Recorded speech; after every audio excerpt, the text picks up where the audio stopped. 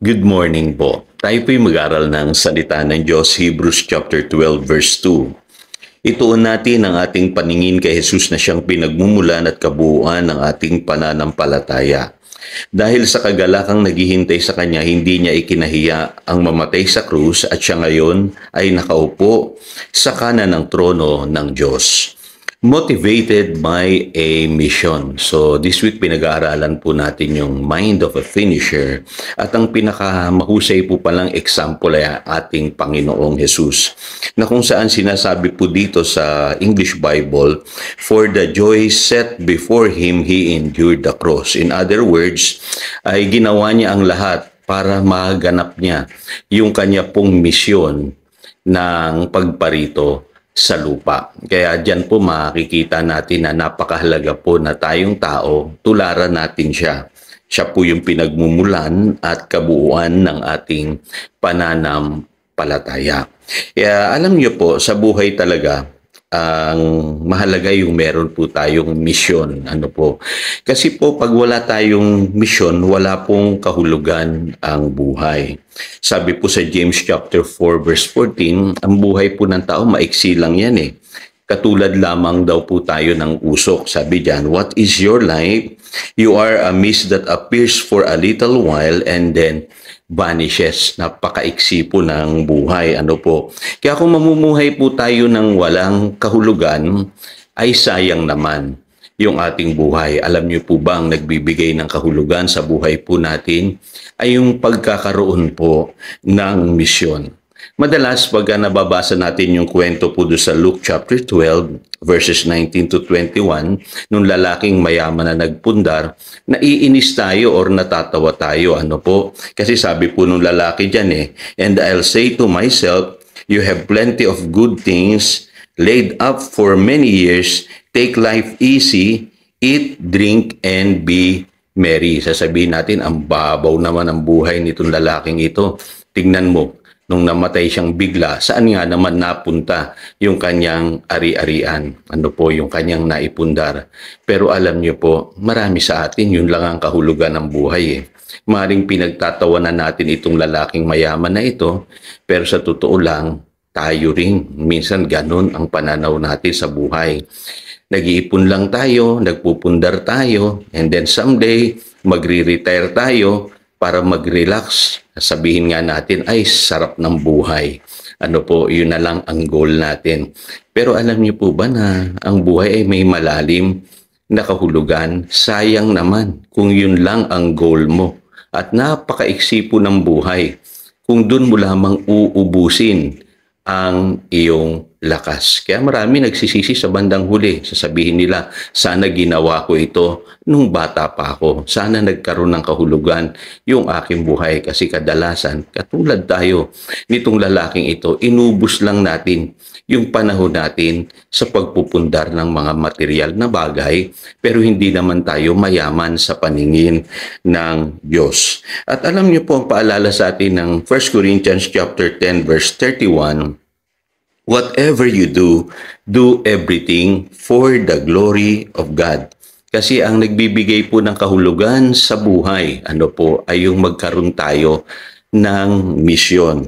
Kaya ang ating Panginoong Hesus po mismo, ang sabi niya sa John chapter 6, verse 38, I have come to do the will of Him who sent me. So maging ang Panginoong Hesus, hindi yung sarili niyang kagustuhan ang ginanap niya dito sa lupa, kundi yung kagustuhan ng Ama. At doon lamang natin matatagpuan ang tunay na kahulugan ng buhay. Ano po ba yung pinagagawa sa kanya ng Ama? Sabi sa Mark chapter 10 verse 45, the Son of Man did not come to be served, but to serve and to give His life as a ransom for many.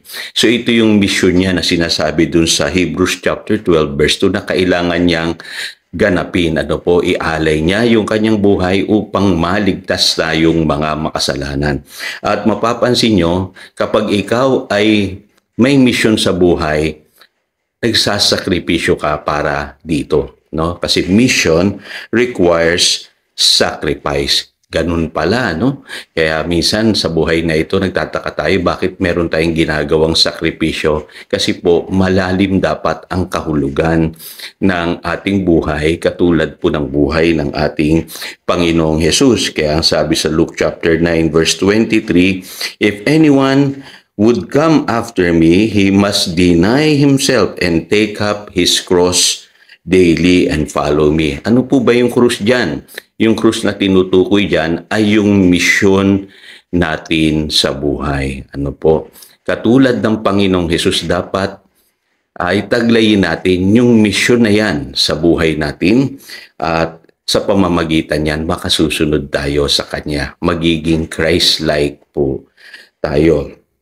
So bakit kailangan sa buhay na ito ay ma-motivate tayo ng misyon? Unang-una po, nabanggit ko na kanina, ano po, walang kahulugan ng buhay pag wala kang misyon. Para ka lamang usok sa mundong ito, no? Lilipas ka rin. Yung prime mo, ma-achieve mo, and then later on, katulad ng usok, mawawala ka. No? Maaalala ka ba ng tao? May nagawa ka bang kabutihan sa mundong ito? May naitulong ka ba? May nai-contribute ka ba sa buhay ng ibang tao? So yun na dapat natin iisipin. Ano po? Baka naman ginugugol mo lamang ang iyong buhay ngayon para sa iyong sarili. So nakakalungkot po yun. Ano po? Lahat ng bagay na tinamasa mo, panandalian lang yan, kapatid. At sa paningin ng Diyos, anytime, pwedeng mawala yan sa iyong buhay. Kaya huwag mo sayangin yung buhay mo dyan sa mga bagay na yan. Kailangan magkaroon ng kahulugan ang iyong buhay. Dapat maging matalino ka. Wisdom to number our days. Hindi nasasayang yung bawat araw na naririto tayo sa mundo.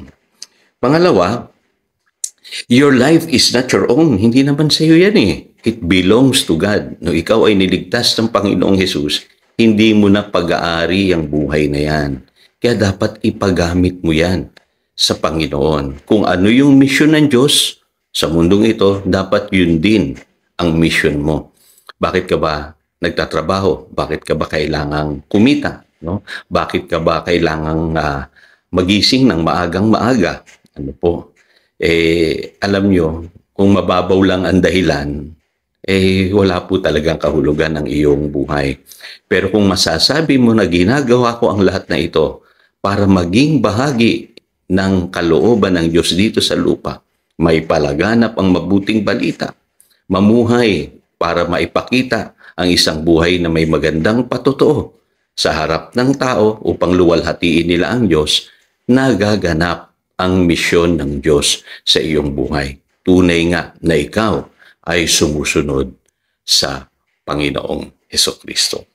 At panghuli, ito lagi niyong iisipin, your life is connected to others. Kaya sa buhay na ito, hindi tayo basta-basta mag-give up. Hindi tayo pwedeng umayaw. Hindi nga tayo pwedeng mag-fail. Bakit po? Kasi marami pong buhay ang umaasa sa atin. Nakasalalay ang buhay nila sa atin. For instance, kung hindi natin ipapangaral ang mabuting balita, maraming tao ang mapapahamak. Kaya alam nyo sa buhay na ito, napaka-practical na meron kang misyon eh. Ano po? Yan ang dahilan kung bakit ka nagsasakripisyo. Dahil nais mo, no, yung mga taong nakapaligid sa iyo o yung ibinigay sa iyo ng Panginoon ay matulungan mo. Maligtas mo pang wag sila mapahamak. Walang pinagkaiba yan sa magulang na maagang gigising kahit umuulan, bumabagyo, papasok sa trabaho. Hindi siya pwedeng pumalya. Hindi siya pwedeng mag-give up. Kasi pag hindi siya nagtrabaho, walang kakainin yung kanyang mga anak. So nabubuhay ka na para sa iba, hindi lamang para sa iyong sarili. So ganun po tayo mga Kristiyano, makahulugan ang ating buhay dahil meron tayong misyon. So again, ito si Pastor Jojo nagpapaalala upang daluyan tayo ng pagpapala, manatili tayo sa kanyang salita. Good morning.